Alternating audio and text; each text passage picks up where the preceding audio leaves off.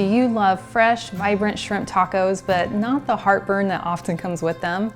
Well, me too, which is why I came up with this incredibly flavor-rich and nutrient-dense recipe for gluten-free, heartburn-free shrimp tacos. In a bowl, combine 3 tablespoons of light olive oil, 2 teaspoons cumin, 1 teaspoon onion powder, 1 teaspoon garlic powder. Sprinkle your shrimp with coarse sea salt and black pepper and then stir them in the marinade. To make the cottage cheese lime crema, add 1/4 cup cottage cheese, 1/4 cup Greek yogurt, 1 tablespoon of lime juice, 1 clove of garlic, half a cup of cilantro leaves, 1/4 a teaspoon salt, a dash of onion powder, 2 tablespoons olive oil. Then stir in with 2 to 3 cups of shredded cabbage. Turn your heat to high and then add your shrimp. Cook on one side for about 1 minute and then flip. Cook for another minute and remove from heat. Chop 1 Roma tomato and thinly slice an avocado. Then grate about 1/3 cup of cotija cheese.